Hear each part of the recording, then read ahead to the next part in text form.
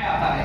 एक दूसरा आता है प्रिपेयरनेस, वो भी डिजास्टर से पहले का है। अब ये जो सेशन चल रहा है ट्रेनिंग का, ये भी प्रिपेयरनेस का है, क्योंकि हम किसी भी डिजास्टर से लड़ने के लिए प्रिपेयर हो रहे हैं। उसमें कम्युनिटी अवेयरनेस प्रोग्राम भी आता है कि हम लोग नए नए वॉलंटियर्स कम्युनिटी अवेयरनेस के तहत लोगों को जागरूक करेंगे। किसी भी तरह की आपदा है तो आप लोग कैसे सेव कर सकते हैं, तो ये प्रिपेयरनेस का आता है। तीसरा पॉइंट रहता है जब डिजास्टर आ जाता है तो अपन लोग भी, जैसे हमारे वॉलंटियर्स हैं सिविल डिफेंस, कहीं भी जब डिजास्टर आता है तो इनकी बहुत बड़ी महत्वपूर्ण भूमिका रहती है, जिनका बहुत अच्छा रेस्पॉन्स रहता है। तो अपन लोगों को उसमें रेस्पॉन्स क्या करना है, क्या हमारे ड्यूटीज है कि क्या हमको क्या काम करना है, कैसे काम करना है, किस तरह की आपदा है, उसी के अकॉर्डिंग हमको वहां पर उपकरण ले जाकर के लोगों को राहत पहुंचाने का काम करेंगे हम। तो ये अपन लोगों को पता होना चाहिए। ऐसा नहीं है कि कहीं कभी क्या होता है कि जैसे रोड दुर्घटना के समय कोई घायल व्यक्ति पड़ा रहता है तो हम लोग क्या करते हैं, कौन देख रहा है, कोई नहीं देख रहा, क्योंकि घायल जो व्यक्ति रहता है उसके पास में उसकी बहुत सारे ऐसे संसाधन, उसके पास में सामग्री वस्तुएं रहती हैं। जैसे कोई चैन भी पहनता है, उसके पास घड़ी भी रहती है,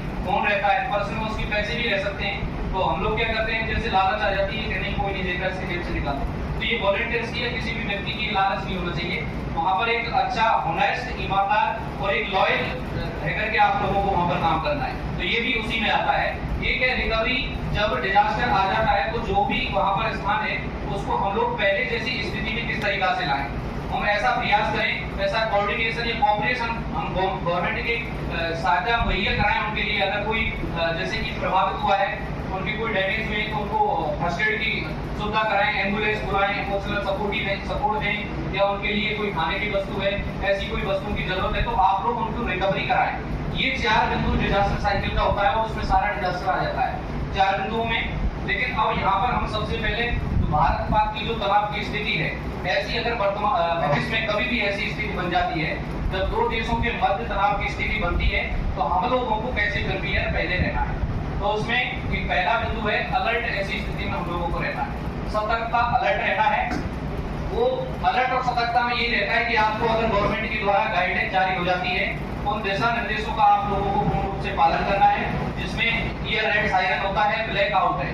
अफवाहों पर ध्यान नहीं देना, क्योंकि कोई भी जब अफरा तफरी का माहौल होता है तो ज्यादातर हानि या कैजुअलिटीज उसमें ज्यादा होने की संभावना रहती है। तो अपन को एक सकारात्मक सोच रखते हुए और हम लोगों को हदायतों को और निर्देशों का पालन करना है, क्योंकि जब कभी भी सडन कोई अचानक घटना होती है तो हम वहां पर इतना जल्दी से अपन को सर्वाइव नहीं कर पाते हैं, यानी कि वहां पर अच्छा रेस्पॉन्स हम नहीं कर पाते हैं, क्योंकि कोई भी घटना अचानक होती है, हम पहले से प्रिपेयर नहीं है तो हम घबरा जाते हैं, अफरा तफरी का माहौल होता है, कैजुअलिटी ज्यादा हो जाती है। जब हम लोग रिहर्सल किसी चीज की बार बार करते हैं तो हमारे हैबिट में आ जाती है, उस कार्य में एक सफाई आती है। तो रिहर्सल करने का ये बेनिफिट